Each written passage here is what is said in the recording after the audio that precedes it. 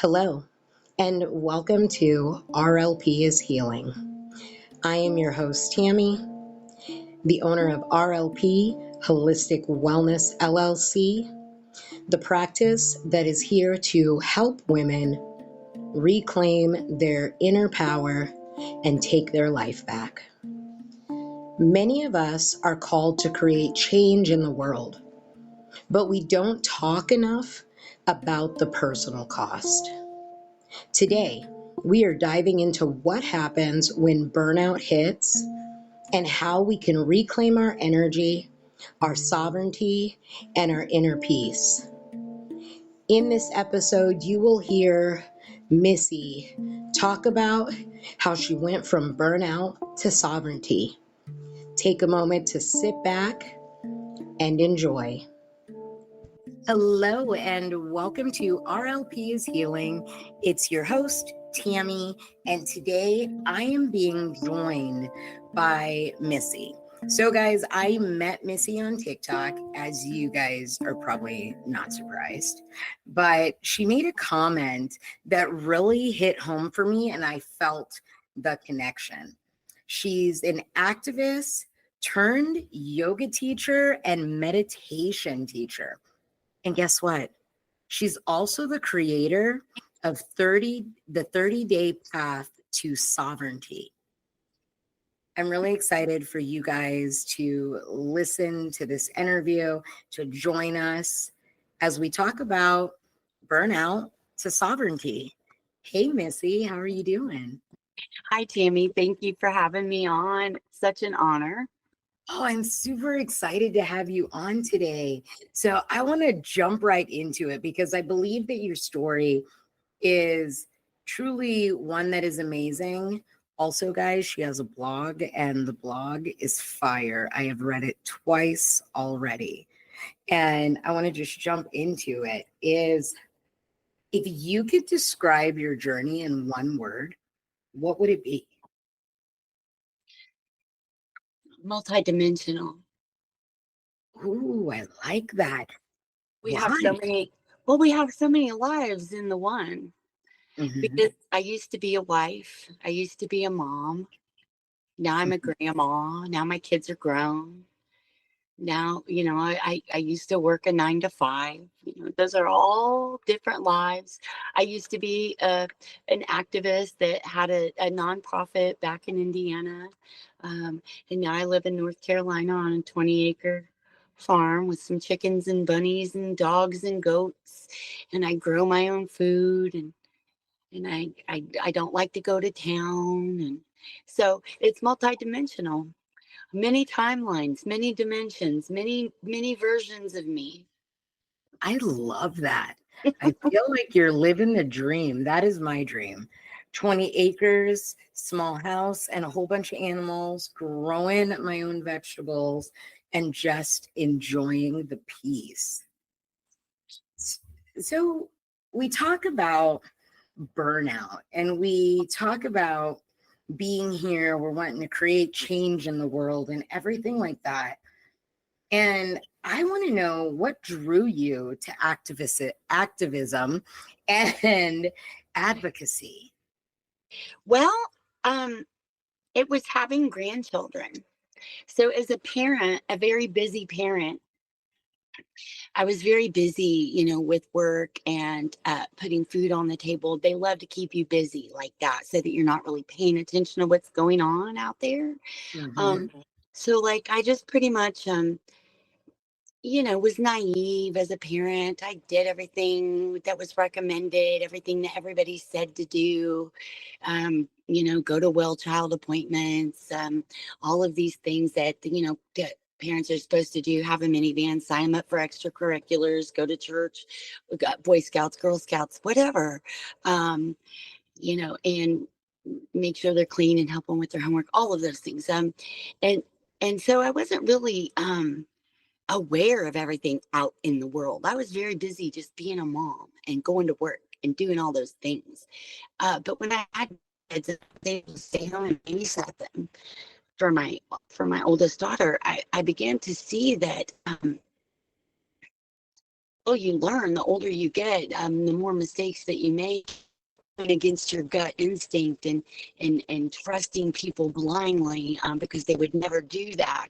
Um, I learned some things, and I heard about this little girl in my state who had a seizure disorder, and this was back before CBD was legal to use in a lot of states. And um, their little baby was 2 years old, and she had seizures, and they were treating her with a CBD Charlotte's Web strain, and Mhm. the hospital, actually the law was ambiguous. It wasn't illegal, but it wasn't legal, and they just wanted to, they didn't like it. The hospital just didn't like it. It was more of a holistic, it wasn't recognized as like best practice, I would say. So this is kind of how I just got involved, because the hospital wanted to tell the parents what they had to do.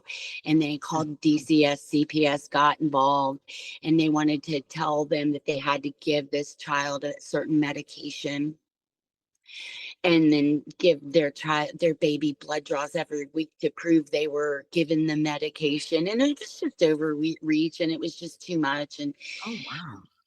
yeah, so what I established in Indiana was a nonprofit organization called Indiana for Medical Freedom, and we would advocate for medical freedom in the state of Indiana. Free from coercion, like you have to do this or you can't do that.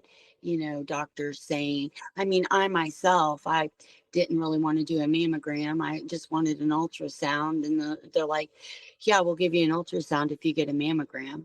I mean, that's like coercion. Oh, wow. Have you ever been told? Jeez. Yeah, and I don't really think that a lot of people know about it, but a lot of people do know about it. And so I don't, and a lot of it is controversial because a lot of people don't think twice. They're just like, yeah, okay, let me go do what the doctor said. Mhm. Let me just go get in line and do that. And uh, I was more of the thought that my body, my choice, Mhm. uh, you know, meant something, especially the bodies of my children. Like, are those not my children, or are those the state's children?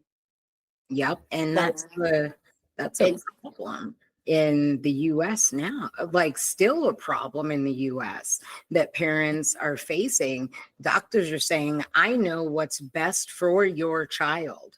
And yeah. they're never even with your child, maybe like what, 30 minutes once a month, once And, every two? and they're certainly not with your child if they were to have a negative reaction to something that this doctor forced upon. Mhm. So parental rights are really important. So that's what I fought for. I fought for the rights of parents to make medical decisions for their children that they thought was best, without threat of coercion, without threat of losing their children to DCS because they disagreed with their doctor. We are allowed to ask for second and third opinions. Mhm. You know, and so the re- so that's how I got involved in that. To answer your question, it was that I was fighting for the voiceless, the little kids, whose parents are busy at work, and they don't, I was in that I was in a really angry energy, like, how dare you people, how dare you. So I was all fired up.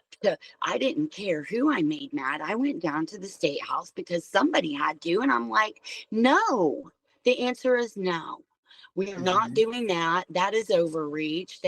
You you wouldn't believe how many laws pass at our state houses just because there's no one there to oppose.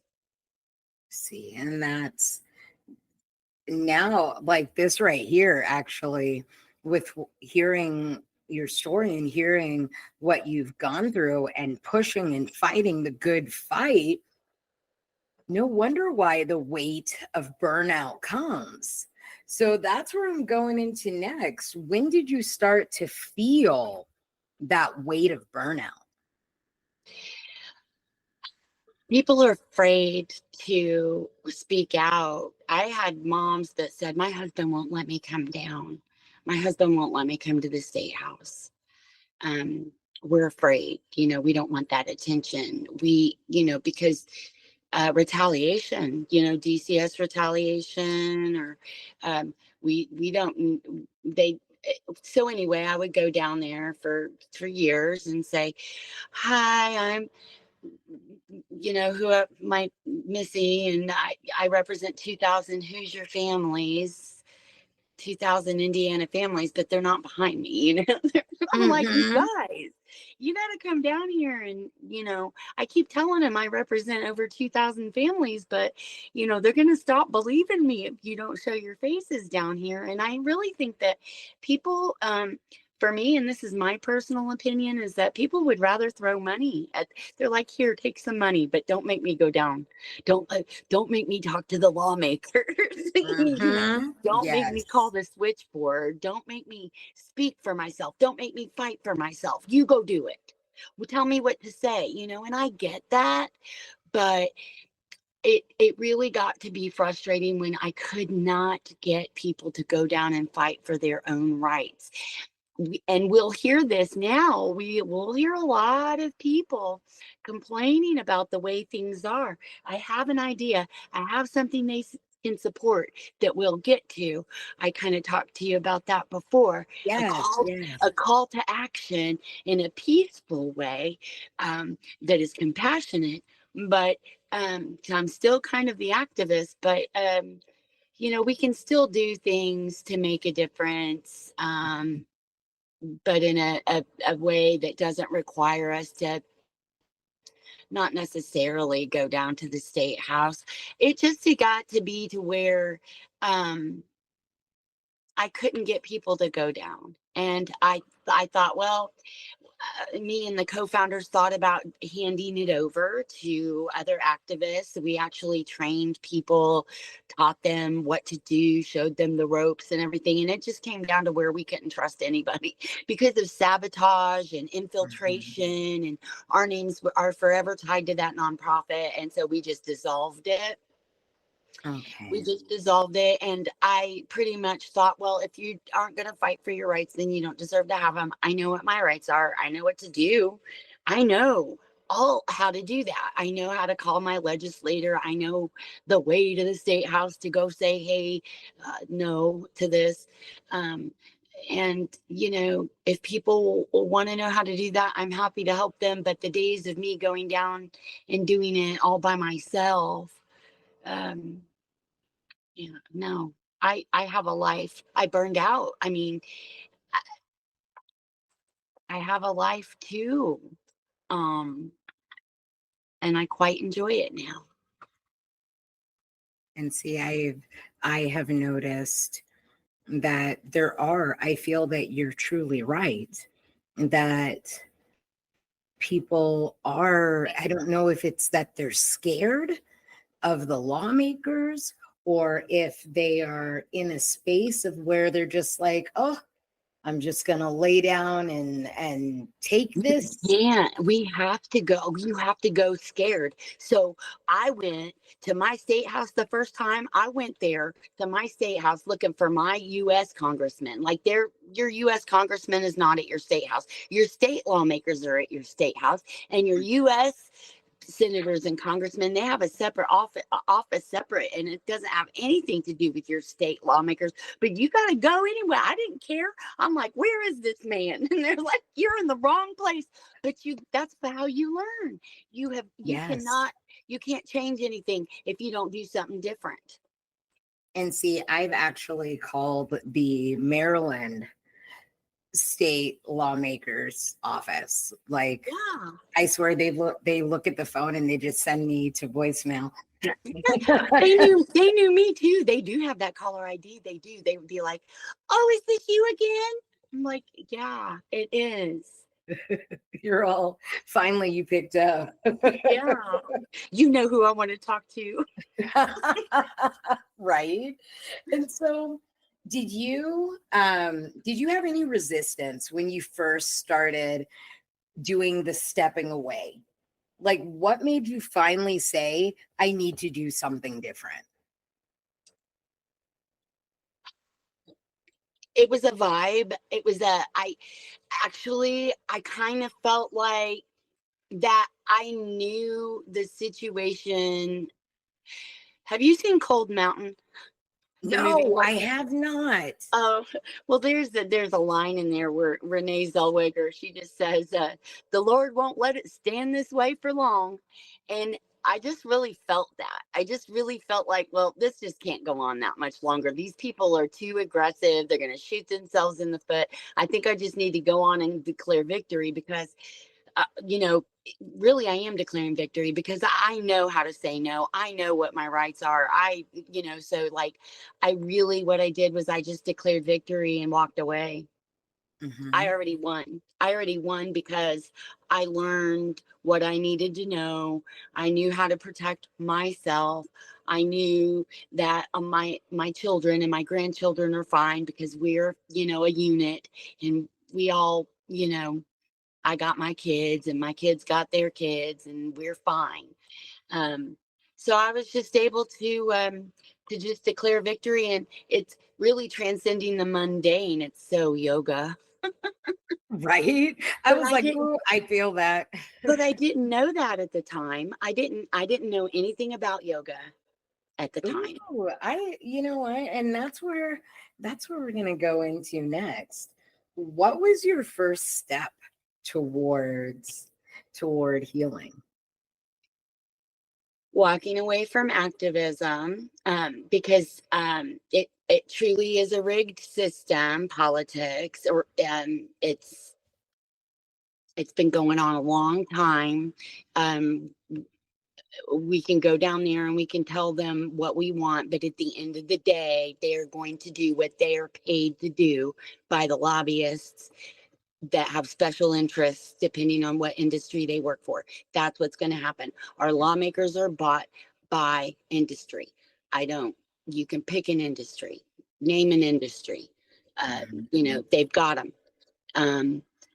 And I actually think that that's another thing that we need to ask for, is that I don't think an industry ought to be able to lobby in our state houses. I don't think an industry ought to be able to lobby in our state houses against citizens. And I don't think that they ought to be able to have, I don't think that they ought to be able to donate to any campaigns. I don't think they ought to be able to donate to any politician. I don't think that they ought to be have any influence over our departments, any of our bureaucratic agencies. I just think that any industry that has a lot of money can, people can be bought, and that has happened. And so that's another reason why I walked away, because the system was rigged. Like, you can go down there all day long and tell them what you think, and you may have people on your side, but it's politics. If they don't vote for this guy over here, then this guy over here is not going to vote for what they want. And so they're going to put you on the back burner and be like, yeah, maybe next session or something like that. And I just realized that it was just futile. Mm-hmm. I mean, there's really just so much that you can do. So my healing started with walking away from that entirely, being completely done with it. And then COVID hit. And so we were all on lockdown, and I went positive vibes only. I signed up for yoga teacher training because I saw that teacher school my school on Instagram, and I'm like, is this legit? Because I couldn't believe, because I had actually gotten my passport to go and learn in India, but that never happened. And then COVID hit and all the prices dropped, and you get online training and stuff like that. Uh-huh. And so I signed up, and I spent 15 months in solitude. It was the dark night of my soul. I lost my dad. I went through a breakup. And it was really, really hard, but in 15 months, I studied 1,500 hours of yoga. And I figured out what had happened to me in 2014. I had had a out-of-body experience. I found out that was my Kundalini rising. Mm-hmm. And then after that 2014 Kundalini rising, I just completely dismantled my life, tore it all apart. I started being I co-founded that nonprofit. I did that for a while. Then I filed for divorce from my husband. And then and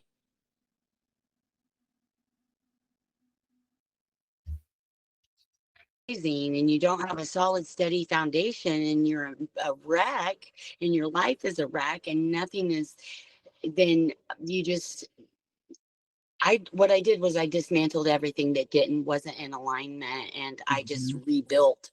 And so basically that's what I've been doing since you asked me when I started following your blog, I started following you on TikTok during that time, it must have been like 2020, 2021, something like that.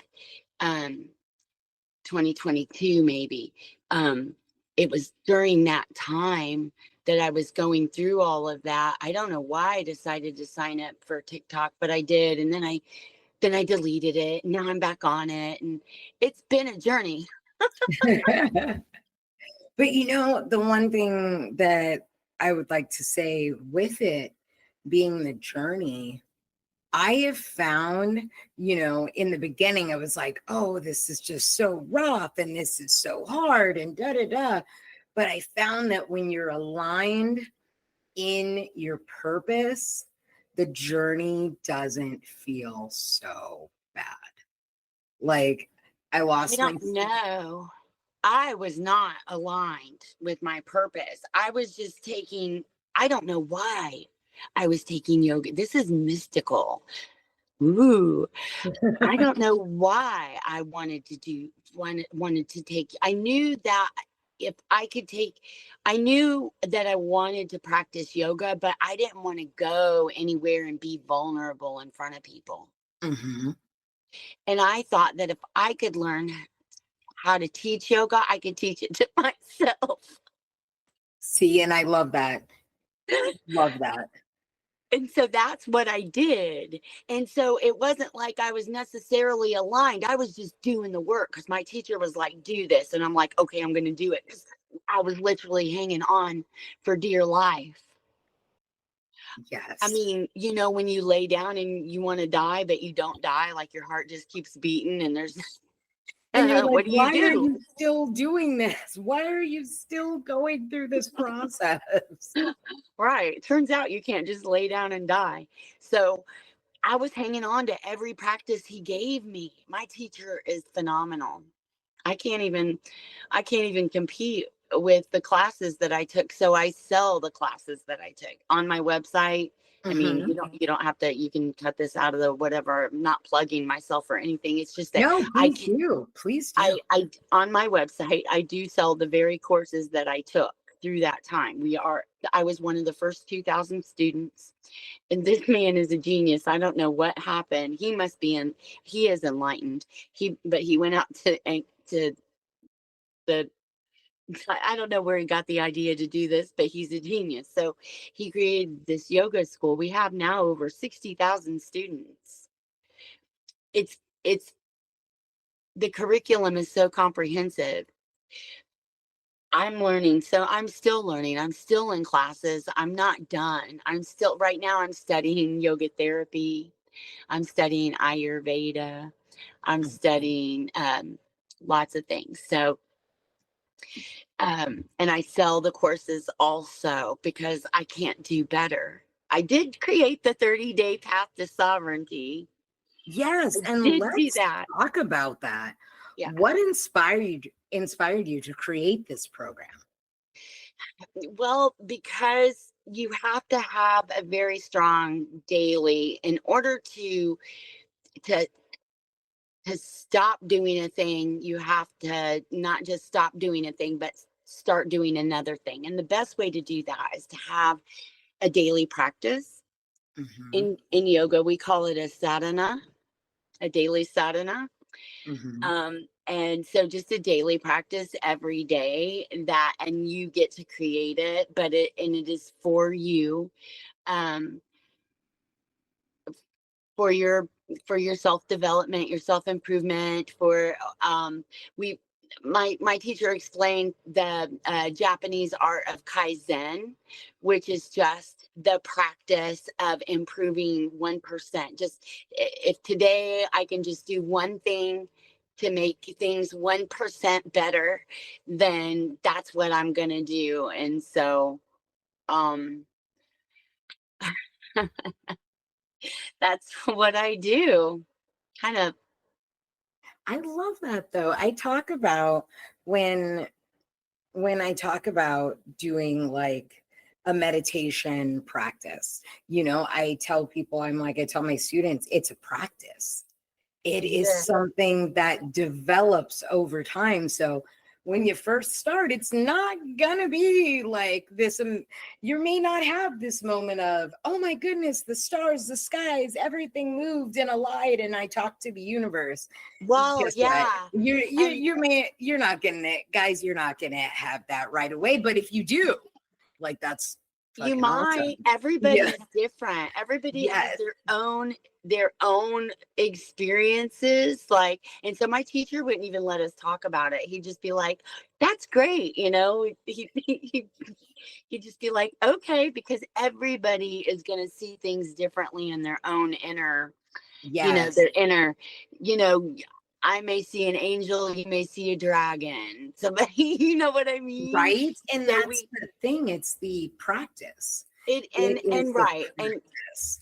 yeah, and so that's what you do. You put in the little elements into your daily practice that are going to get you to where you want to be. So if it's like, okay, I'm going to do 12 rounds of the sun salutations, and I'm going to do 20 minutes of breath work, and then I'm going to meditate for 15 minutes, or I'm just going to count my breath, or I'm just going to. So the 30 days to sovereign, I've actually got lots of courses up here, and it's always going to be 30 days to whatever, because that's how you create new neural pathways. You, by doing a thing for 30 days or so, 30, 45 days, if you do this every single day, it becomes a habit.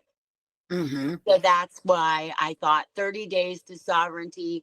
If people dedicate time each day for 30 days to get themselves out of the burnout and into the contented peacefulness of their own inner stillness, then they will be much happier at the end of those 30 days, and they may be able to go fight another day.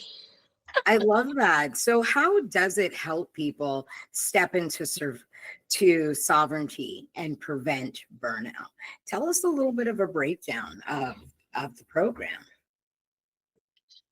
Well, every day you take control of. There's certain practices that you take advantage of every single day to take control. Like, for example, one of the practices, 24-day detox. So no fighting with people on social media about your cause, no news consumption. So I mean, how many times can we fast in a month from doing that? How many 24-hour increments can we work in? Can we do that once? How many times a week? How many 24-hour periods can we do in a month where we do not we do not consume social media, news outlets? We do not engage in the fight. So for 24 hours, what could you be doing? You could be journaling how you feel after 6 hours of no social media. How do how, and then as you go through the program and you're journaling all along, you get to go through and you get to see, how do I feel after these 3 weeks? You know, you can write about where you are at the beginning, and then you do all the practices, whether it's just I did record a yoga nidra, and I put that in there that you can just lie down and listen and be guided to just let it go. It's a practice. It is a practice of letting it go. And so Yes, I there's love that. there's 30 That's days of letting it go. and you know what? I think that that's, stepping into that place of being able to truly release, and not just release the emotions, but also like release the limiting beliefs, release the outside world. And, one thing that I do a challenge every so often to anyone and everyone that will take the challenge, where I say within the first 3 hours of you getting up, do not go on social media. Don't do anything that comes to your phone. Because like I'm one of those people. I'm the woman that's up at 4 a.m. in the quiet and just like enjoying that personal time for meditation, for gratitude, for breath work, for doing some yin and getting some stretching in, opening up the hips. You know what I mean? And I do. Yes. you do, because you're like, don't worry, Tammy, I'm right there with you. I'm up at 4 a.m. doing it too. Yeah. I'm 52 and I'm postmenopausal. So, and I don't know if it's insomnia or if I'm just like ascending, but I don't need as much sleep anymore. But like, if I get up at like, I'm looking at this, like, is it time to get up? Is it time to, light my candles? Right? You do. But it's like, no, it's only 2 a.m. And it's like, no, you can't get up yet. Like, I'll look at the clock. I'm like, what time is it? It's all freaking 2:45. And I'm like, okay, I'll try to sleep for a few more minutes. And I'll do that. Oh, I'm just going to close my eyes and meditate and doing the breathing and stuff. And I think that's because we have the daily practice, you see. So we have transcended the burnout. We are not exhausted anymore. And that's the thing, that when you practice yoga, you realize that you are not the body, you are not the mind, you are a separate consciousness. And you tell the body, you tell the mind what to do.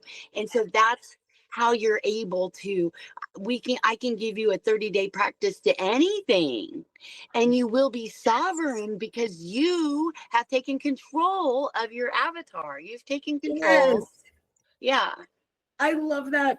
I have not met anyone else that has agreed with me on that. Like I tell people, like my meat suit, my avatar is 42 years old, but my soul, all of our souls have been here for hundreds and thousands of years, taking on different avatars, so to speak, moving in different ways. And I've been on this kick lately, and listening to some videos. I'm going to talk about them on TikTok today. There's this one that I've been listening to, that you are not you. And it's like when you close your eyes and close your mouth, and then on the count of 3, say happiness without moving your lips and just in your mind. Who said that? And that's KRS-One. KRS-One, that man is a brilliant, brilliant man. I was like, no, I mean, who said happiness? After. Who said happiness? Right?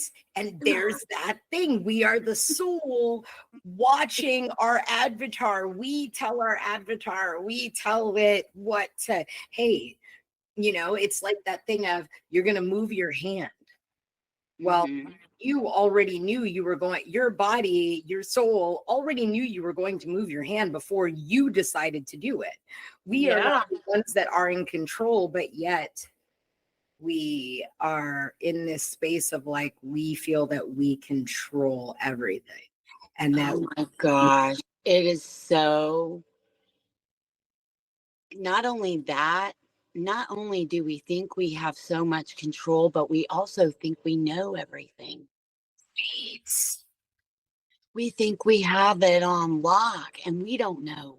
The more I learn, the less I know. And I will just say that, like, I don't know. I love saying I don't know. I don't know. I don't know, because we don't know. We just don't know.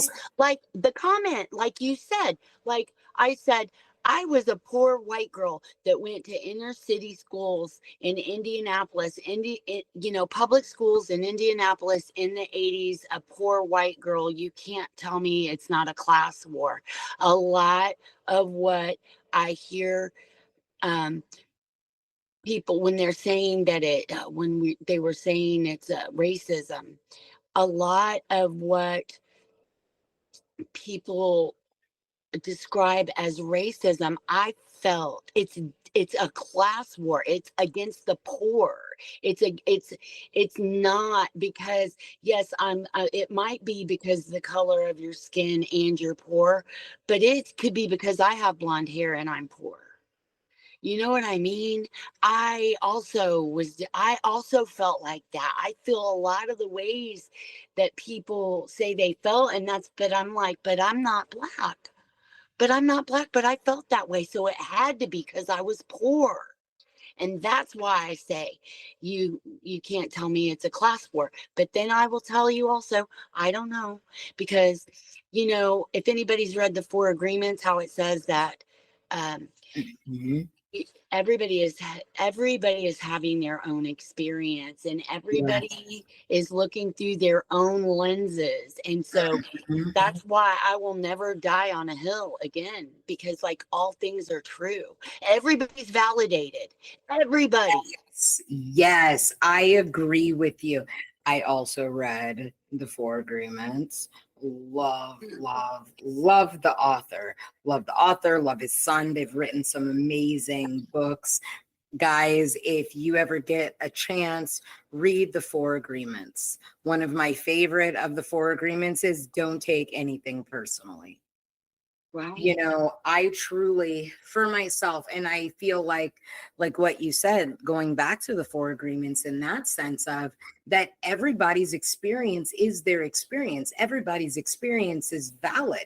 Everybody has that. This is, we are one. We're all suffering. We are one. We are one with the universe. And nobody escapes suffering. Mm-mm. None of us. It's like we are all here. We are all suffering. And it's really not a competition. It's not. Nobody is. Suffering is suffering. Mm-hmm. And I would never say that mine was more important than anyone else's. Same. That's how I feel.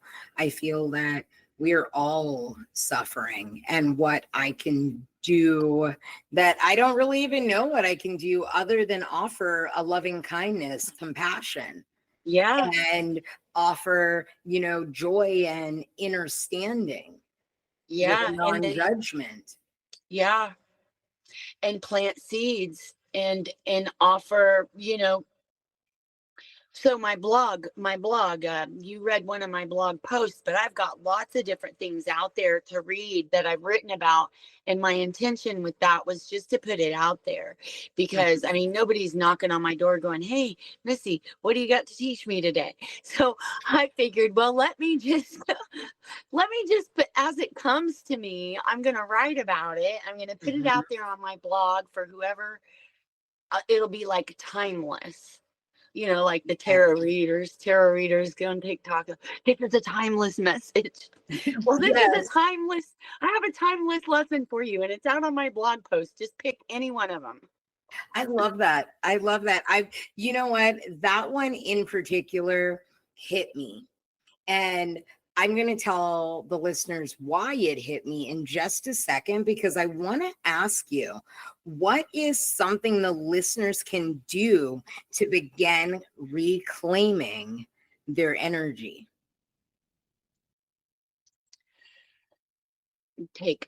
Set a timer on your phone, get your timer, or everybody has a timer on their phone or on their wrist or whatever, and set it for any time. Pick 11:11, or 2:22 or 3:33. Pick any old time you want.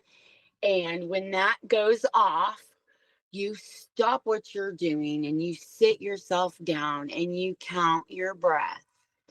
And it would be inhale and exhale would be 1. And when you get to 10, you can start over at 1. And if you forget where you are, you can start over at 1 and then do this for 5 minutes. And you can do this for 7 days. And I would say that if you can stop yourself from doing whatever it is that you're doing and sit yourself down for 5 minutes and count your breaths, then you are home free. You're well Oh, on your way. dude, I have to tell you, Missy, I love it when I get to talk to someone that does similar I don't know, similar Well, we must have had purpose. good teachers. Yes. You know what? I had some amazing instructors, and I couldn't ask for better teachers. Better, Yeah. and I don't even like to call them teachers. They were my mentors, my guides Yeah. to working on self and Wholeness. Yes. They shine the light on the path. And that's what I want to do. That is what has been put on me to do. Like, I cannot walk the path. I can't be going to the state house and talking to your rep and saying, hey, now, Mrs. So-and-so wants this, that, and the other. But I can shine that light on the path and tell you, go that way. Yep. And I can show you where to go. It's that thing that they always say, you can take a horse to water, but you can't make it drink. That's right. I can teach the man to fish, but I cannot fish for the man. That's right. That's right. Or you can give him a fish or teach him to fish but yeah, so just very simple, basic stuff like counting your breath, or if they just can't see themselves sitting there for 5 minutes counting their breath, you can draw a dot on the wall and stare at it for 5 minutes. Yeah. Or a candle flame. Light, yeah, just gaze into the flame of your candle for 5 minutes and try not to blink. It's about increasing your focus. See how many times you think about whether or not you turned back your dryer when you're staring at that candle flame, because everything comes to mind. It's the greatest test ever, but you're going to sit there and you're going to stare at the candle flame and you're not going to go check just watch how your thoughts come. Watch your thoughts and be like, oh, did I turn back the dryer? Oh, what time is it? Oh, how long have I been doing this? Yeah. And that's the one thing, listeners, I want to debunk the one thing that everybody hears when it comes to practicing meditation. By the way, it is okay for you to have thoughts. It is part of the process. Your mind is going to ask you questions. It's going to tell you stuff. Guess what? Think of a 2-year-old and smile and come back to the breath. Your mind's going to do that. And you know what? It takes time, because this is a practice. These are practices to help you with reconnecting with your mind, your body, and your nervous system, and bringing you to present moment. Now, let me tell you guys though, Missy and this blog, I'm going to tell you guys, and I'm going to have her explain to you this comparison of Callie and kind of transforming. I don't even know the best way to even put it. Guess what, Missy? You tell them all about it. Let them know, because this is the part that drew me back again. So I'm not sure how many people listening are familiar with Kundalini, but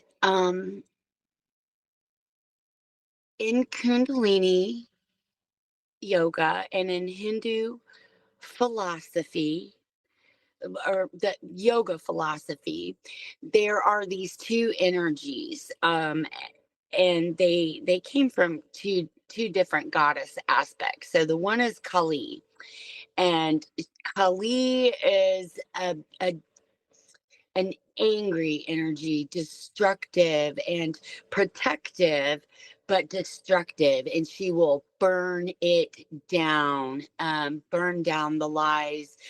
She will take on all of the bad guys, all of the demons, all of the destruction. She'll destroy herself, destroying them. She will, if she's not careful, she'll destroy the ones that she loves. And destroy herself. This energy is strong, and it is necessary because we do need those warrior goddesses out there that are willing to burn it to the ground. But we have to save ourselves, and that's where the Durga energy comes in. She's just as wild. I mean, she swung the sword, she did the destruction, but she transcended it, and she more calmly now, instead of wildly wielding the sword, she just has to hold it now. Or maybe she just carries it sheathed on her hip to pull out whenever she needs it. You know, she's been there, she's done the fighting, and she's moved beyond it because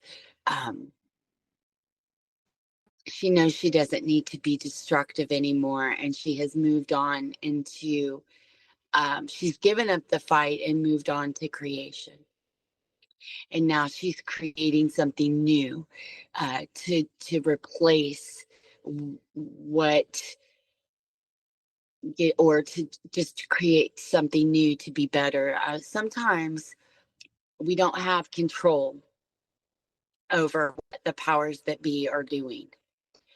And that is where, instead of reacting in anger, we need to be a calm, creative presence that can build something brand new right alongside the old. I'm multidimensional, you know, like I said, it's been multidimensional. We can build new things that run right alongside of the old.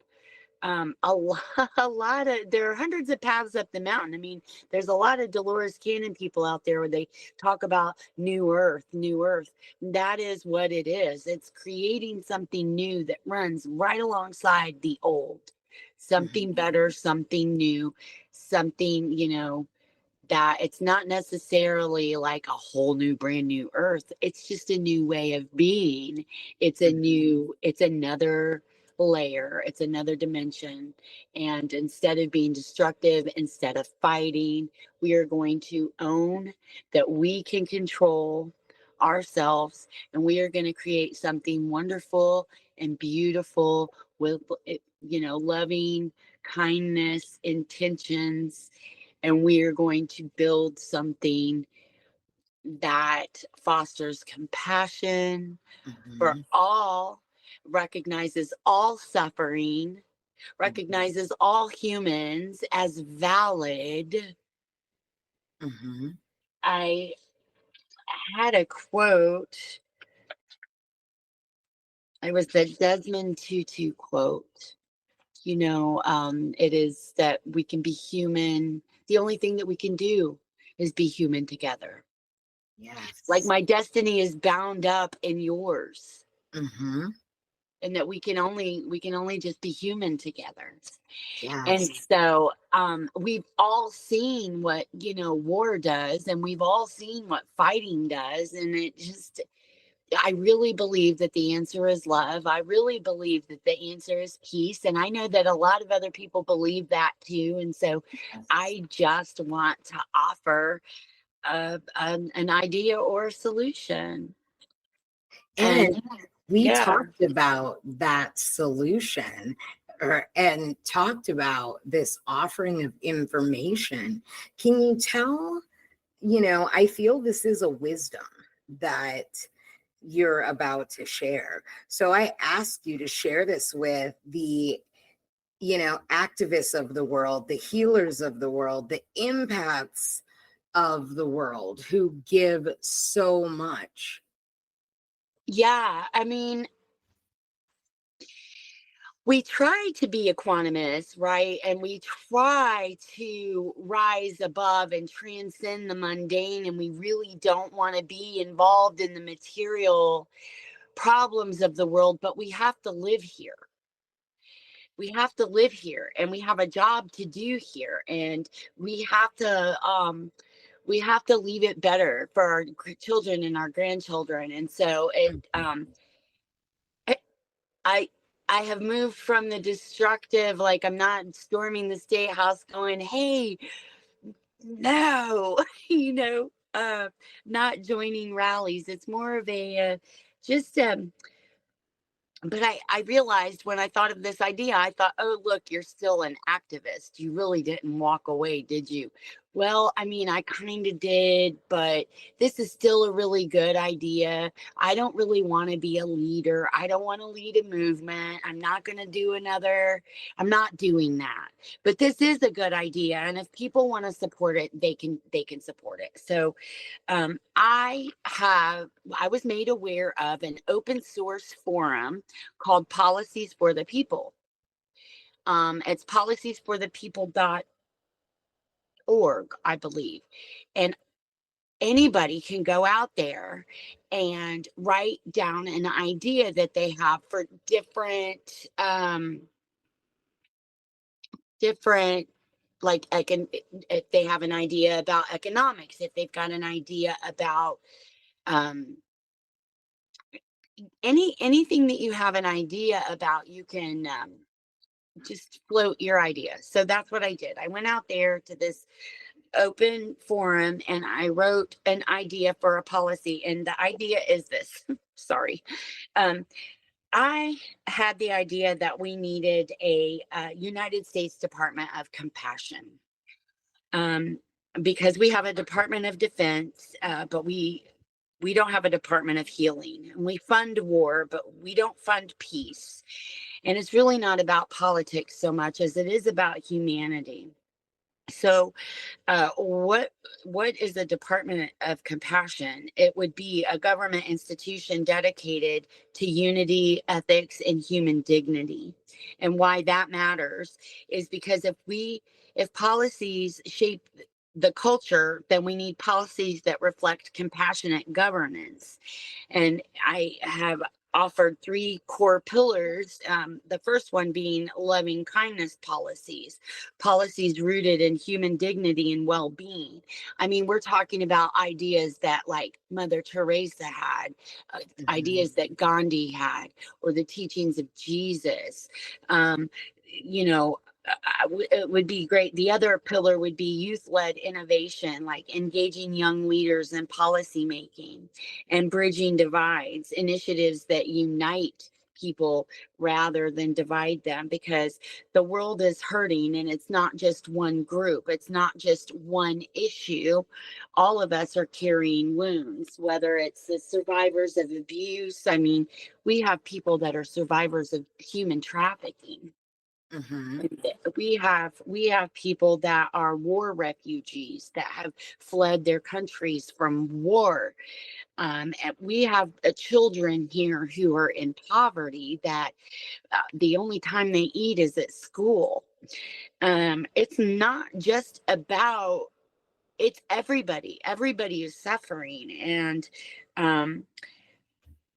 And so, again, it's about human dignity. It's not really about politics, but we all have a job to do here, right? So kind of we got to get into politics. And it would be a really good idea if we could all just take our kind, loving, kind, peaceful voices and said, hey, will somebody in charge look at this, because this is what the people want. So I have a link that I'll be providing to you where listeners can go out to the policies for the people and actually sign up to write their own ideas, or they can support my idea.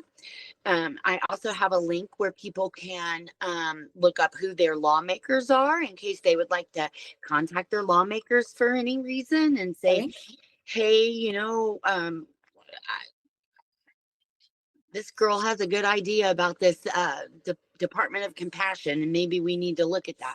Lawmakers really like it when you take the time to call them and tell them what's important to you.